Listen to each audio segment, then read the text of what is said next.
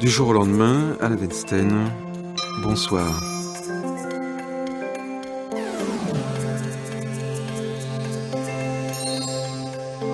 Les scellés étaient sur la porte.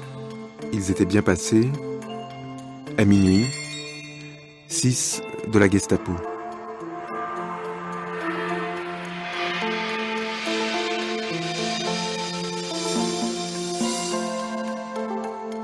Du jour au lendemain, avec Sarah Kaufmann, qui publie 2 livres, un récit, Rue Ordonnaire, Rue là-bas, et un essai, Le mépris des Juifs, ces 2 livres chez Galilée.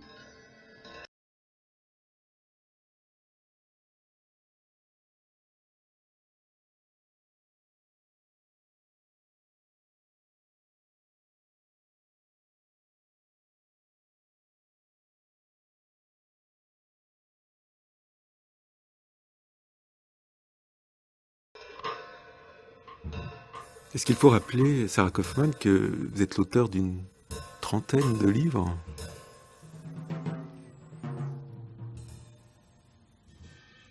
Oui, enfin 27 plus exactement. Des livres de philosophie en général. Mais par rapport à ces 2 livres actuels, il y en a un où j'avais déjà un peu abordé indirectement ces problèmes, qui serait Paroles suffoquées. Mais tous les autres... Sur Nietzsche. Non, Paroles suffoquées sur l'espèce humaine, d'Antelme. Vous vous souvenez, sur la question des Juifs, où je parle déjà un petit peu de mon père. Puis j'avais écrit aussi beaucoup sur Nietzsche et sur Freud. Nietzsche qu'on retrouve avec cet essai Le mépris des Juifs, qui est sous-titré Nietzsche, les Juifs, l'antisémitisme. Oui, j'avais déjà... les 2 derniers livres que j'avais faits, c'était sur l'excès homo de Nietzsche, ce qui étaient 2 gros Explosion tomes. 1 et 2. Oui, Explosion 1 et 2, qui étaient très très gros. Et je croyais que j'en avais fini avec Nietzsche, mais en réalité, quelque chose manquait. J'avais déjà... C'était ce problème tout à fait délicat et litigieux, qui était le problème du rapport de Nietzsche aux Juifs, que j'avais abordé dans l'excès homo, mais enfin dans le texte sur l'excès homo, beaucoup dans des notes, mais avec lesquels j'étais pas totalement au clair et qui pour moi devait être mis au clair. Donc j'avais encore ce problème à régler avec Nietzsche, c'est pourquoi j'ai écrit ce petit texte. Et simultanément, d'ailleurs, en même temps, c'est toujours à partir de cette autobiographie de Nietzsche, l'excès homo et mon texte dessus, que j'ai été comme amenée aussi à écrire un récit autobiographique donc de mon enfance, ce qui s'est passé pendant la guerre. On pourrait dire que ces 2 livres, s'ils paraissent ensemble, ce n'est pas un hasard. C'est-à-dire que le livre apparemment théorique est dans une certaine mesure une conséquence tout de même de ma vie de petite juive pendant la guerre et tout ce que j'ai à subir à cause de l'antisémitisme et du nazisme. Et c'est pour cette raison que je devais me mettre au clair par rapport à Nietzsche, pour ce problème-là, puisque Nietzsche est un de mes auteurs favoris, que j'aime beaucoup, et qu'il était toujours très gênant pour moi de sentir si proche de Nietzsche, pour lequel la position par rapport à l'antisémitisme est ambivalent, ambigu. Et maintenant, vous y voyez plus clair. Maintenant, j'y vois plus clair, oui. J'y vois plus clair. 2 livres donc écrits en même temps, et l'un de ces livres, le récit autobiographique, Rue Ordonnaire, Rue là-bas, est placé dès son titre sous le signe de la dualité. Oui, il est passé sous le signe de la dualité. C'est extrêmement étrange parce que ce n'est qu'en écrivant ce livre que je me suis aperçue à quel point il y avait ces dualités en moi. C'est-à-dire que jusqu'à présent, ces dualités qui est dans le livre à différents niveaux, je la voyais bien en moi, mais par rapport à mes modèles philosophiques dont on avait parlé l'année dernière à propos de l'explosion 1 et 2. Et je voyais justement que j'avais 2 modèles philosophiques très nets en moi qui étaient Freud d'un côté et Nietzsche de l'autre, mais je ne l'avais pas rattaché de façon très nette à ma propre vie. Et en écrivant ce récit autobiographique, je ne savais pas du tout au départ comment j'allais l'intituler. Et c'est d'un seul coup, ça s'est imposé à moi. Ça s'est vraiment imposé. c'est là que j'ai senti la différence entre une écriture littéraire et une écriture, enfin une écriture autre que philosophique que j'ai d'habitude. C'est littéraire entre guillemets, on pourrait discuter de ça. Mais ça s'est imposé à moi parce que d'abord je me suis aperçue l'importance du nom des rues dans ce texte. Jamais auparavant je n'avais perçu à quel point l'espace était important et pourquoi il fallait que je cite des noms des rues pour me fixer, ancrer quelque part. Et on pourrait dire aussi que tout ce livre est une sorte de parcours de tout le 18e arrondissement avec mes différentes errances. C'est pas un guide de non, Paris, mais du ça. 18e presque. En tout cas, du 18e arrondissement juif. Et les rues se sont imposées à moi, les deux noms de rues, avec qui résument au fond, je dirais, tout ce que je suis, tout ce que j'ai été, enfin tout ce que je suis devenue. C'est-à-dire un déchirement. Un déchirement et un passage aussi. Un passage, c'est-à-dire la rue Ordonnaire étant la rue de mon enfance, là où habitaient mes parents, avant d'être déportés, avant que les nazis soient passés justement mettre les scellés, comme vous avez rappelé ce texte tout à l'heure. Et puis la rue là-bas étant la rue de cette femme qui m'a cachée pendant la guerre, en plein centre donc de Paris, dans le 18e, dans le quartier juif, avec ma mère. Mais elle m'a cachée, mais en même temps, elle m'a sauvée. C'était extrêmement important pour moi, mais en même temps, elle m'a détachée. Elle m'a détachée du judaïsme en présence de ma mère, ce qui était pour moi reste une part de mystère important qui m'a contraint aussi à écrire parce que tout n'est pas clair dans mon histoire pour moi. À savoir que c'est précisément en présence de ma mère, à une mère à laquelle j'étais extrêmement attachée, comme le prouve le récit préalable, puisque alors que mes frères et sœurs avaient été cachés à la campagne, moi aussi, mais j'ai dû revenir parce que je ne supportais pas la séparation de ma mère. Avec ma mère, j'ai donc été cachée avec elle en plein Paris et en sa présence, je me suis détachée d'elle et attachée très fortement à l'autre. Et ce passage d'une femme à l'autre, d'une rue à l'autre, c'est aussi le passage d'une langue à l'autre, puisque dans ma famille, on parlait yiddish et polonais, j'ai parlé français qu'à l'école. Là, le français s'est imposé à moi, j'ai perdu plus ou moins la langue maternelle, la comprenant toujours, mais ne pouvant plus la parler. Puis le passage, je dirais pas d'une religion à l'autre, parce que justement là, je ne suis pas passée à l'autre religion, mais d'une culture quand même à l'autre, de façon très importante. Et je me suis jamais, je suis restée éloignée. Mais ce qui, par contre, c'est ce passage n'a pas été un vrai passage au sens où il serait une conversion. Parce que justement, je ne me suis pas convertie ni au christianisme, ni coupée non plus de mes racines juives. Et donc, je garde effectivement cette dualité en moi, comme je garde la dualité Nietzsche-Freud. Les deux, toujours en même temps. Ce qui fait que je ne suis prise ni par l'une ni par l'autre. Et qu'au fond, alors que j'étais extrêmement jeune, puisque ça s'est passé pour moi entre 7 ans et demi et 10 ans, j'ai résisté au fond à l'une et à l'autre du point de vue d'une assimilation quelconque et d'une emprise. Mais c'est passé par un déchirement lié à un rapport affectif extrêmement puissant à cette femme. Et maintenant, ce qui est amusant, c'est qu'effectivement, la rue s'appelait la rue là-bas et la rue de mes parents, rue Ordonnaire. Ce qui fait que maintenant, ça sonne pour moi la rue ordinaire et la rue là-bas, au loin, l'autre, le passage à l'autre. Ce récit, c'est un vrai récit. C'est pas un ouvrage de philosophe. Oui, justement. Alors, c'est ça aussi qui, pour moi, a été extrêmement important d'écrire ce texte. Qui porte uniquement donc sur mes années d'enfance et des tout petites enfances. Et après, je fais un vague résumé de ce qui m'est arrivé après, mais ça porte essentiellement cette enfance. Mais qui m'a intéressé, ce que je voulais arriver à faire, c'était justement ne pas expliquer ce qui s'est passé. Je n'avais pas du tout...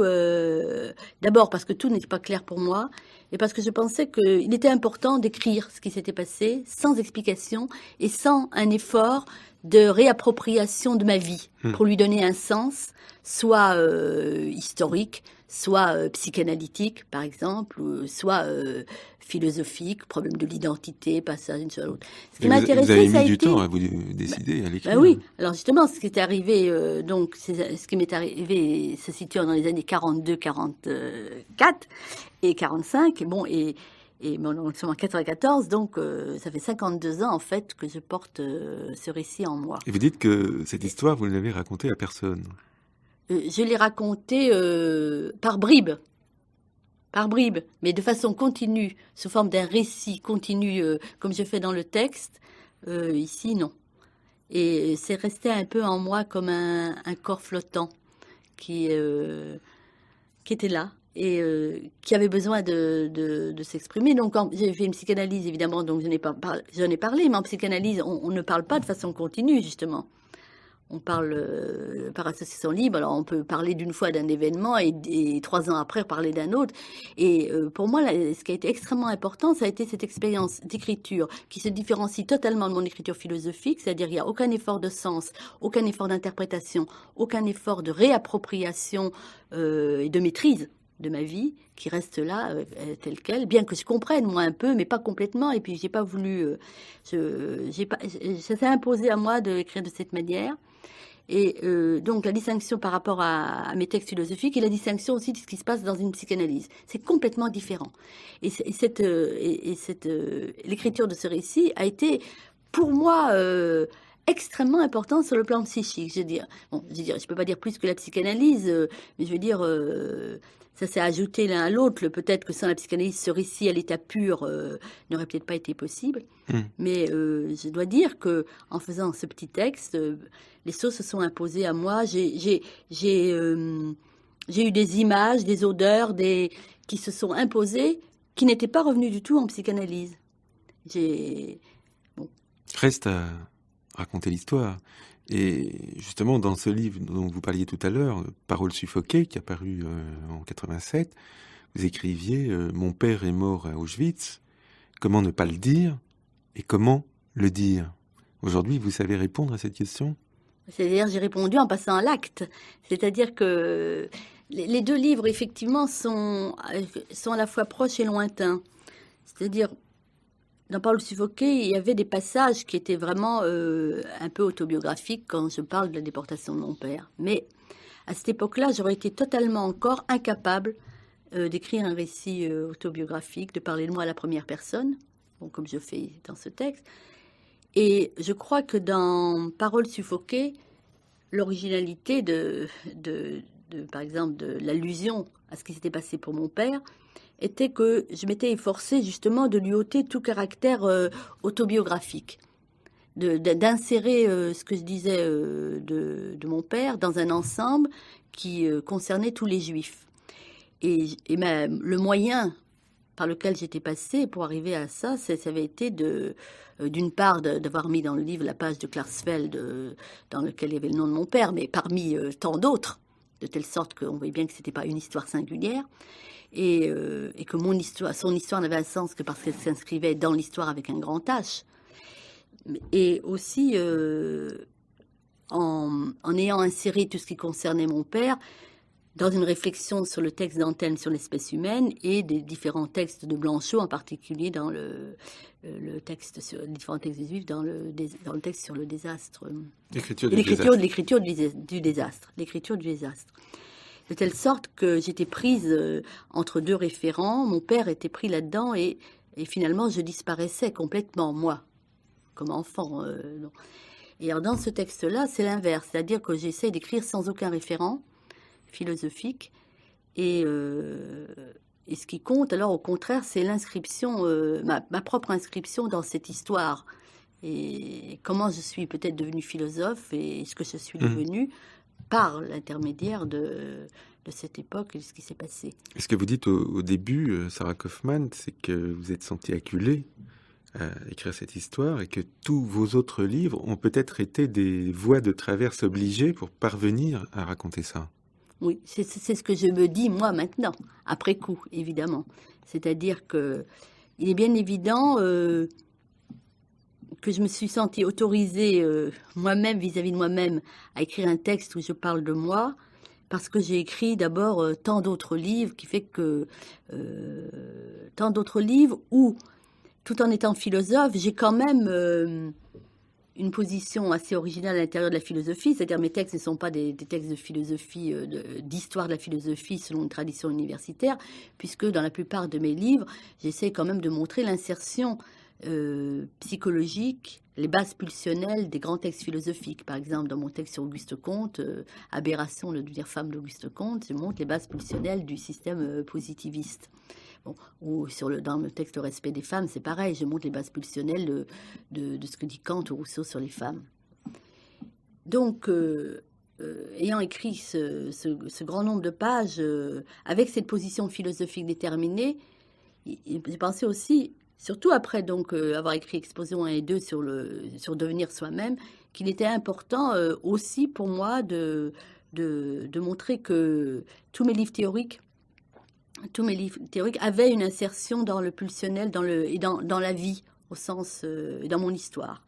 Et c'est quelque chose qui ne va pas contre mes autres livres, qui n'est pas différent en ce sens-là, qui complète, qui donne, ce qui est assez rare de nos jours. C'est-à-dire souvent les littéraires écrivent leurs confessions, mais les philosophes, il n'y a pas tellement de récits autobiographiques qui... je ne veux pas dire que ce texte-là va éclairer tous les autres, ni doit être la vérité sur moi, mais je pense qu'il donne, il permet peut-être de lire actuellement mes autres livres.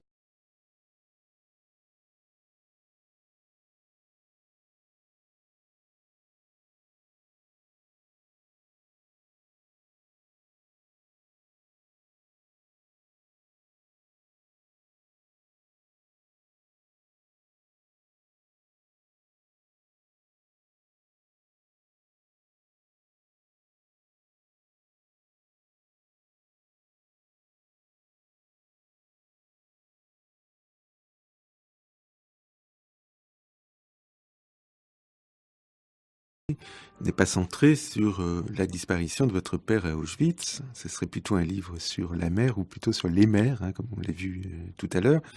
Mais le père est là, dès les premières lignes, dès les premiers mots du livre, à travers un objet, qui n'est pas un objet comme les autres. C'est la seule chose qui vous reste de votre père, un stylo. Oui, c'est très émouvant pour moi et ce n'est pas une fiction, hein, je dois dire, j'ai pas inventé ça, c'est vrai. C'est-à-dire que je l'ai vraiment, ce stylo, c'est la seule chose qui me reste de lui. Il est complètement avec du scotch tout autour et bon, je m'en sers plus depuis que j'ai quitté le secondaire parce que je pouvais plus écrire avec et puis que maintenant il y a des cartouches. Et à l'école, vous écriviez avec? J'écrivais à l'école à l'école et au lycée après la guerre. Et évidemment, c'est moi maintenant qui dis, il me contraint à écrire. C'est une réflexion après coup. Mais effectivement, ça donne un petit peu un aspect fantastique, un peu comme dans certains textes de Gogol, vous savez, on voit un nez qui disparaît de quelqu'un ou un manteau qui continue à exister. Et je vois d'un seul coup ce stylo comme ayant perdu son propriétaire et qui est passé à moi et qui continue à écrire sans le propriétaire de ce stylo. Je veux dire, j'aurais pu faire un texte fantastique là-dessus, un stylo qui écrit tout seul, sans le propriétaire. C'est très émouvant pour moi parce que d'abord, je l'avais pris dans le sac de ma mère, puisque c'est elle qui l'avait eu. Voilà, quand mon père était parti à Drancy, elle l'avait accompagné et on lui avait donné certains objets. Et c'est moi qui l'ai pris un jour sans le demander et qui m'en suis tout le temps servi en pensant d'emblée qu'il devait être à moi et que je devais en faire quelque chose quoi, de ce stylo. Et bon, donc mon récit commence par ce reste qui est un seul reste. Et j'écris aussi, je crois, depuis longtemps, depuis toujours, comme je vous le disais dans une émission précédemment, pour qu'il reste quelque chose. Il reste quelque chose de moi, de ma vie, de cette histoire. Il fallait que ça reste. Donc, ce stylo reste, ça reste.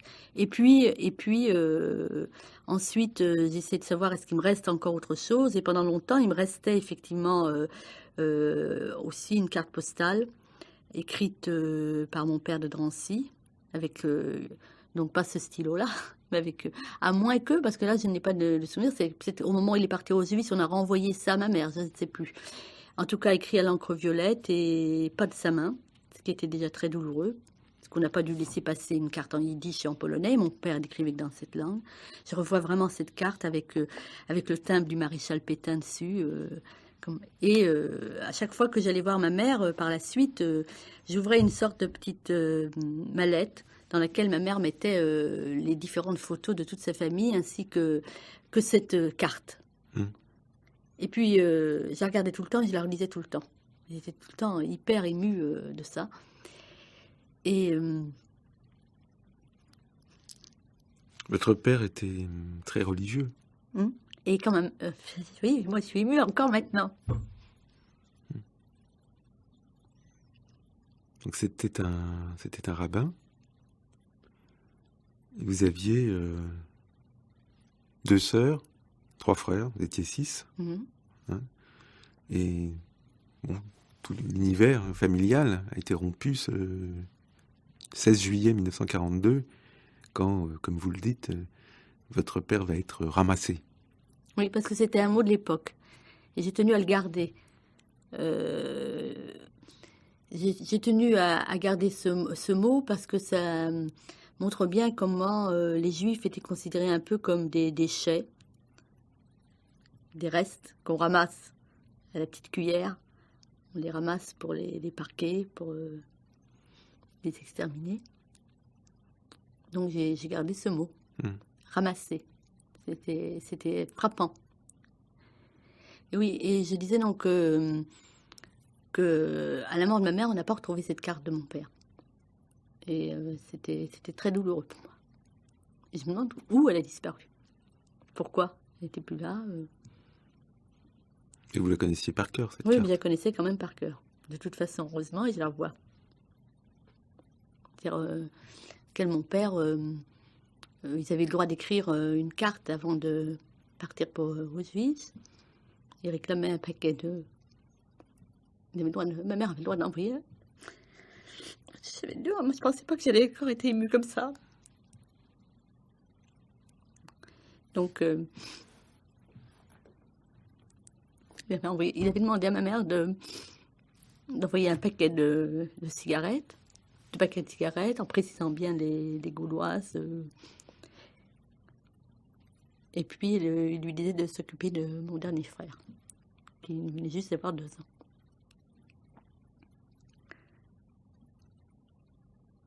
Donc, pour moi, c'était... je relisais toujours cette lettre et il lui disait occupe-toi bien des enfants, et surtout d'Isaac, le dernier. Hmm. C'était très émouvant. Et aussi qu'il ait demandé des cigarettes. Dans la mesure où, pendant toute mon enfance, je n'ai aucun souvenir concret d'avoir vu mon père fumer, ni d'odeur de fumée, mais au contraire de la privation de la cigarette chez mon père. Parce que je me souviens uniquement du jour de Shabbat où mon père, n'ayant pas le droit de fumer, il souffrait énormément de ne pas fumer.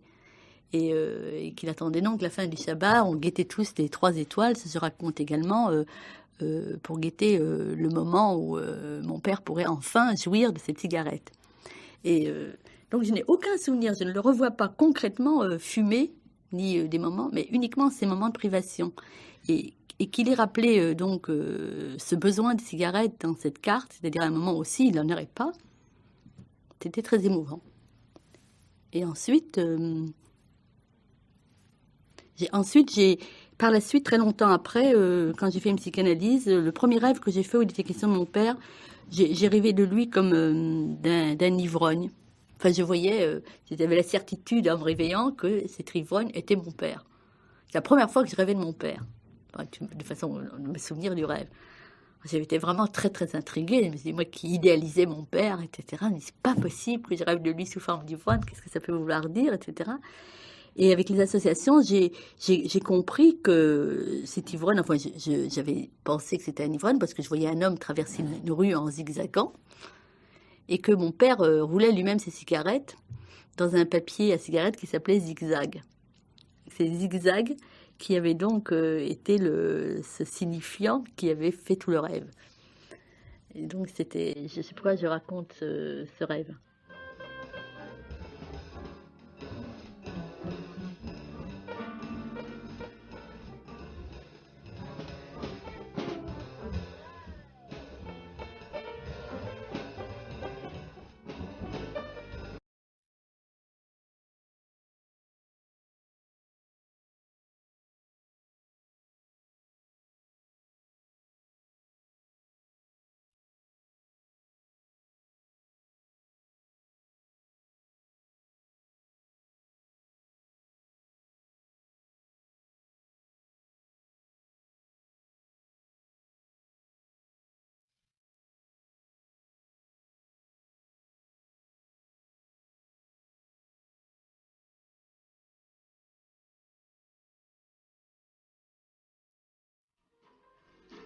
Alors, vous voyez, Sarah Kaufmann, j'essaye de vous retrouver enfant, et puis vous me dites, j'ai envie de parler de Freud et de Hitchcock. Non, je vais dire que comme je me sens maintenant très émue, alors que je ne pensais plus l'être, parce qu'en fait, depuis que j'avais écrit ou que j'ai parlé de ça, je ne pleurais plus en parlant. Je me trouve le besoin de parler théorie. Bon, mais si j'ai dit ça, c'est qu'à l'intérieur de mon récit, à un moment où je l'ai écrit, il y a eu un moment très très dur dans le texte, au niveau de l'écriture, au point de vue émotionnel. Et c'était le moment de la fin de la guerre où j'ai été donc complètement attachée à cette femme et qu'un tribunal... La dame de la rue là-bas. La dame de la rue là-bas et que le tribunal FFI avait dû juger entre qui me garderait, cette femme ou ma mère, et que m'ayant confié finalement à cette femme... auquel moi je tenais beaucoup et surtout sur mes insistances à moi. C'est vous qui aviez déclaré votre préférence pour cette femme? C'est moi qui l'avais déclaré ma préférence pour cette femme, donc on m'avait confié, mais ma mère, comme c'était en plus un tribunal complètement d'exception, que ça n'avait pas dans un préau d'une école, comme vous savez après la guerre, des règlements de compte plutôt, ma mère était venue me reprendre. Et pour moi, j'ai eu à ce moment-là un déchirement total, absolu. Et en même temps, j'étais contente que ma mère me reprenne quelque part. J'étais contente. J'avais supporté très très mal le moment où la dame de la rue là-bas, ayant eu le jugement en sa faveur, avait téléphoné à un ami en disant « Ça y est, je garde la petite ». Je m'étais sentie suffoquée. Là. J'étais dans une petite cabine téléphonique de la rue Mercadet. J'entendais « Ça y est, je garde la petite ». Dans cette petite salle cabine de téléphone, je me suis sentie, alors là, vraiment à devenir claustrophobique, comme si j'étais prise, arrachée quelque part. Et quand ma mère est venue m'arracher, j'étais contente. Je trouvais que c'était plus normal. Mais en même temps, je souffrais énormément. Et au moment où je suis arrivée à ça dans mon histoire, j'en pouvais plus. Donc, il fallait que je passe à quelque chose de théorique, qui n'était pas une explication de ce qui s'était passé, mais indirect. Et c'est là que j'ai mis une page du texte de Freud sur Léonard de Vinci concernant les deux mères de Léonard de Vinci. Mais je les ai pas mis, je les ai mis parce que d'une part, ça montrait indirectement la peine que pouvait avoir éprouvée ma mère face à tout ce qui s'était passé, comme le Freud insiste sur la mère de Léonard de Vinci dû céder son fils non seulement à une rivale, mais encore à une autre mère. Enfin, donc il était. D'ailleurs, le tableau de Léonard de Vinci. Il perd son mari pour une autre rivale, il perd son fils par rapport à une autre mère. On voit bien, je ne pouvais pas parler directement, comme je donnais aucune interprétation de ce qui s'est passé, mais indirectement, donc je dis la peine de ma mère. Et en même temps, c'était parce que c'est en écrivant ce texte-là que je me suis rendu compte aussi de la signification de ce que j'avais fait pour mon premier livre. Mon premier livre, ça fait L'enfance de l'art, qui porte donc sur les textes de Freud, sur l'esthétique de Freud, une interprétation de l'esthétique de Freud. J'écrivais à ce moment-là chez Payot. Et Payot, pour la première fois, ne faisait pas, c'était la grande édition Payot bleu et blanc, scientifique, très sévère d'allure. Et je lui avais dit, est-ce que je peux mettre un dessin sur une couverture? Ils ne le faisaient pas, eux, avant. Bon, et j'ai dit, c'est très important pour moi, il faut qu'il y ait ce dessin sur la couverture. Alors, Payot m'avait dit oui. Enfin, Jean-Luc Pidou m'avait dit oui. Et donc, j'avais mis ça. Et après, donc, ils en avaient mis d'autres. Mais c'était le premier chez eux, c'était ce dessin-là, qui a été après repris dans les différentes éditions et dans les traductions à l'étranger. Et c'est en écrivant le carton de Londres qui représente la Vierge et Sainte-Anne étroitement accolés l'une à l'autre et face à l'enfant Jésus et Saint Jean-Baptiste qui jouent. Et je me suis rendu compte que si j'avais mis ça aussi, ça avait probablement un rapport avec mon histoire, avec l'histoire de mes deux mères totalement accolées. Donc j'ai eu besoin dans mon livre à un moment donné donc vraiment de souffler et de passer indirectement à du théorique. Et puis j'ai aussi tenu à raconter mon émotion, mon angoisse très très forte face à un film d'Hitchcock qui s'appelle The Lady Vanishes, une femme disparaît, dans lequel il y a deux femmes. Il y a deux femmes aussi, c'est-à-dire qu'il y a à un moment donné la substitution d'une femme à une autre, la substitution d'une femme apparemment très gentille, très maternelle, etc. Et puis, à un moment donné, donc elle disparaît, puisque en fait, il s'agit d'une histoire policière et qu'elle est un agent d'espionnage. Et il y a une autre femme qui se met à sa place, habillée de la même manière. Puis on croit qu'elle est retrouvée dans ce train, et quand on la voit un visage absolument terrible. Et j'ai vu ce film plusieurs fois. Donc la première fois passe, mais les autres fois, même je savais ce qui allait se passer, j'étais hyper angoissée. Et je pensais que c'était pour moi la réviviscence de ce passage d'une mère à l'autre. Et bon, donc j'écris ici ce texte-là qui n'est en fait que le début d'une interprétation.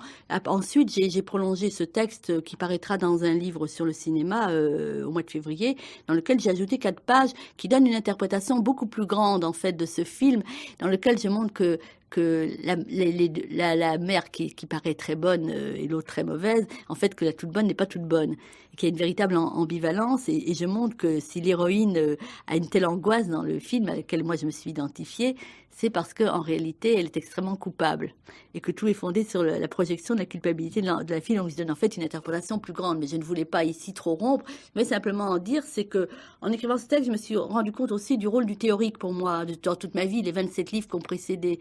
C'est-à-dire, en dehors de la nécessité philosophique d'écrire, il y avait aussi pour moi un besoin de ne pas voir le réel, de le dissimuler. Et le concept, la philosophie était là essentiellement pour ne pas sentir. Et dans ces 2 pages, dans ce livre qui sont très courtes, qui rompent un peu l'unité du récit, était nécessaire pour moi de reprendre souffle.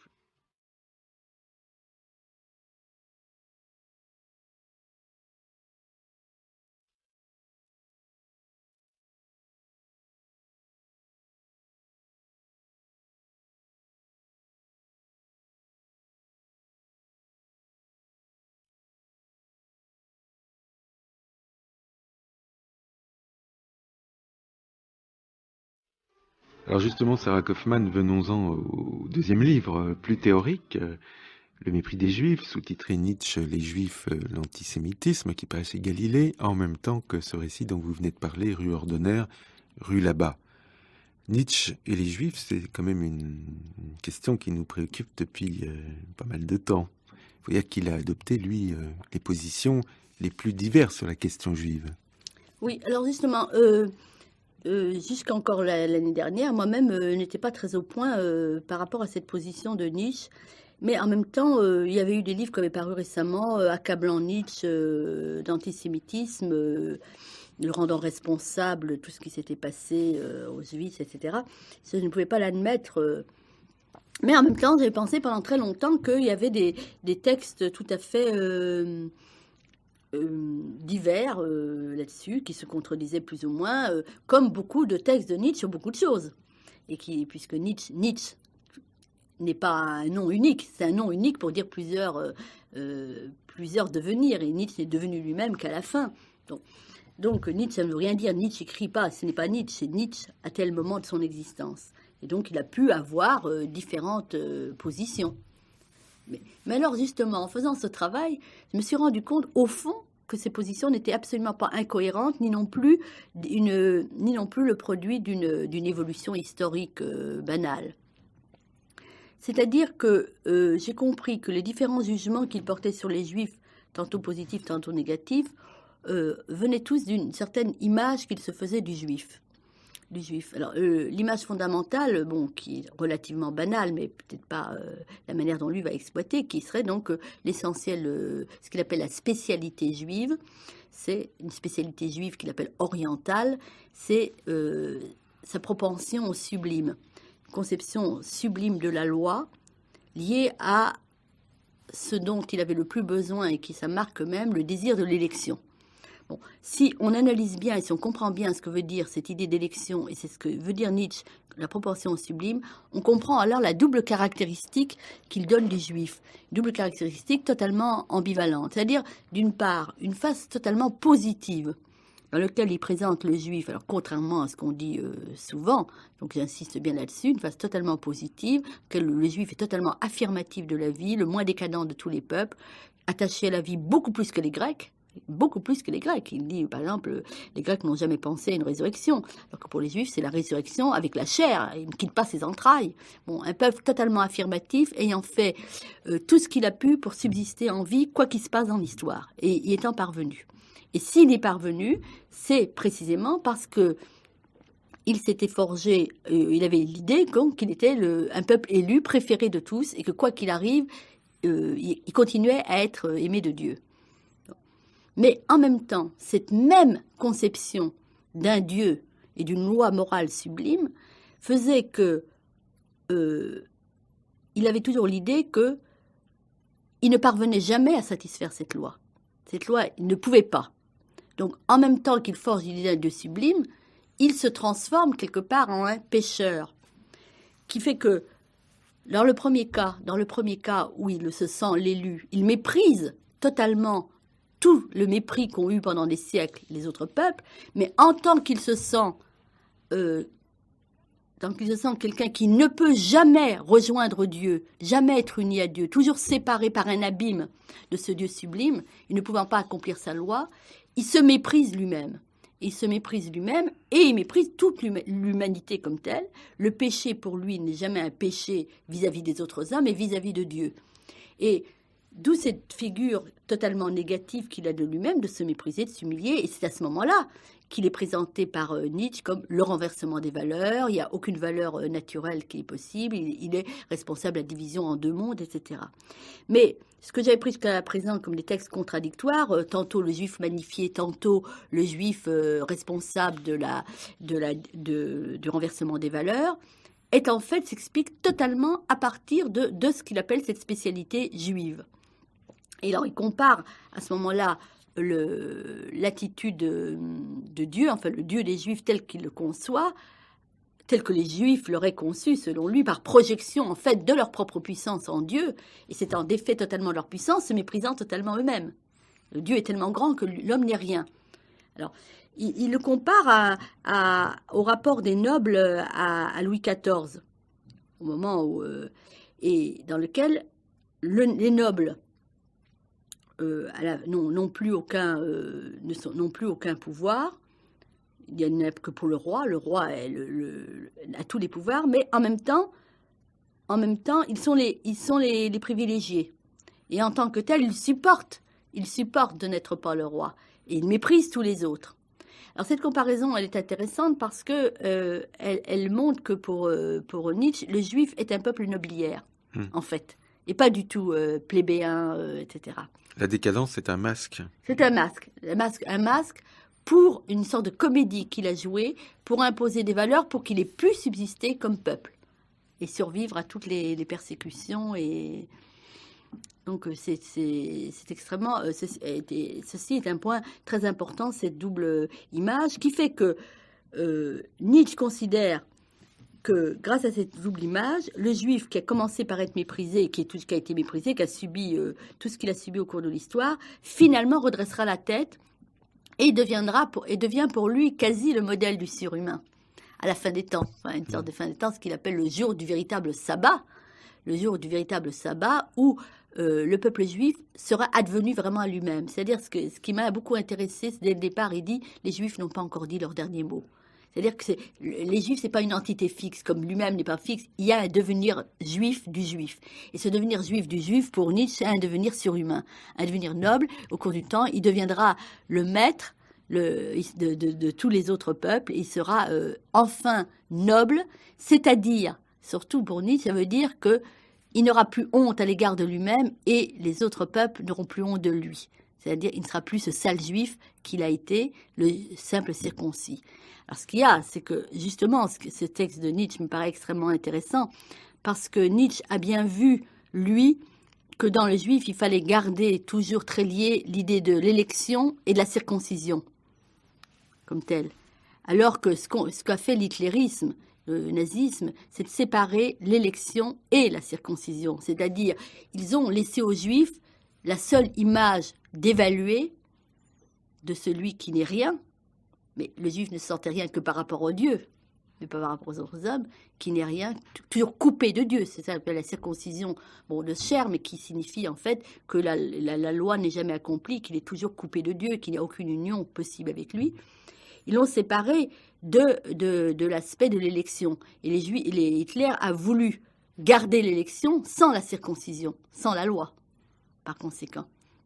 Donc Nietzsche montre bien le lien très très très fort de l'un à l'autre. Et alors ce devenir noble du juif, se ferait progressivement au cours de l'histoire par le fait que le juif, à cause des différentes situations, la diaspora où il a dû se trouver, il s'est adapté aux différents peuples qu'il a rencontrés, et il s'est adapté et il a joué différents rôles. Et à force de jouer différents rôles, il est devenu l'artiste par excellence, le comédien par excellence. Et à force de jouer les nobles, il est devenu noble. Alors, le problème que je pose là-dedans, c'est pourquoi quand même, ça c'est ma construction que je fais à partir des différents textes de Nietzsche, c'est pourquoi quand même le juif n'est pas dit comme tel le modèle du surhumain. C'est lui qui prend ici, par exemple, les hommes de la Renaissance, César Borgia, etc.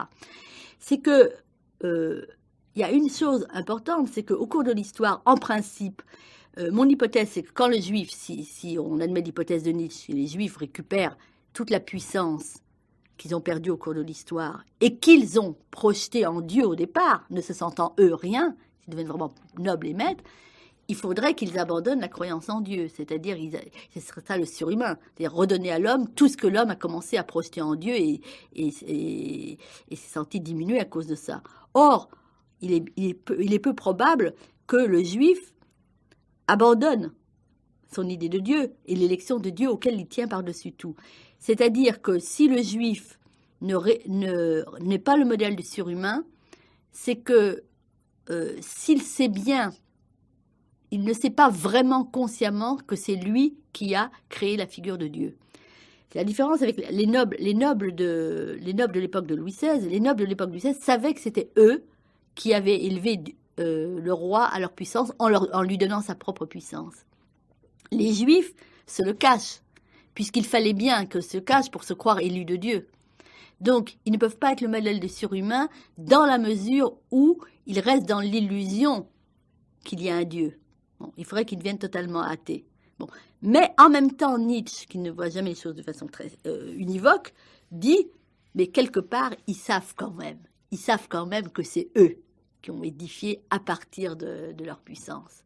Et ça, en ce sens-là, ils seraient complètement comme les Grecs, parce que la seule différence entre les dieux grecs et les dieux juifs, c'est ça. Les Grecs, eux, savent que les dieux qu'ils ont forgés sont les plus beaux, les représentants des exemplaires humains. C'est la projection, mais sans perdre de leur libido narcissique.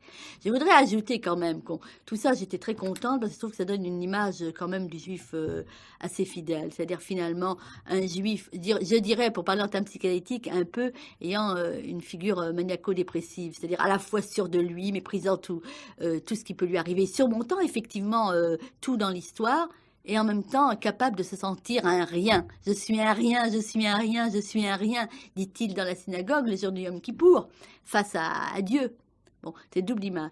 Mais par rapport à l'antisémitisme, ce qui n'est pas exactement le même problème, ce que je veux dire, il ne peut pas être antisémite au sens de l'hitlérisme, à cause de ce que je viens de dire, mais ce qui m'a intéressé, ça a été de montrer comment le devenir Nietzsche de Nietzsche impliquait qu'il rompe avec un antisémitisme de sa jeunesse.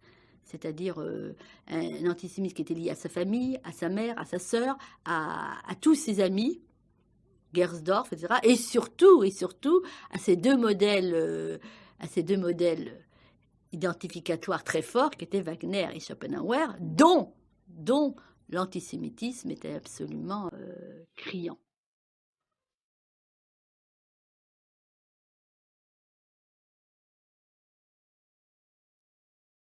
Deux livres de Sarah Kaufmann, Le mépris des Juifs, Nietzsche, les Juifs, l'antisémitisme, et un récit, Rue ordonnaire, rue là-bas, ces deux livres chez Galilée.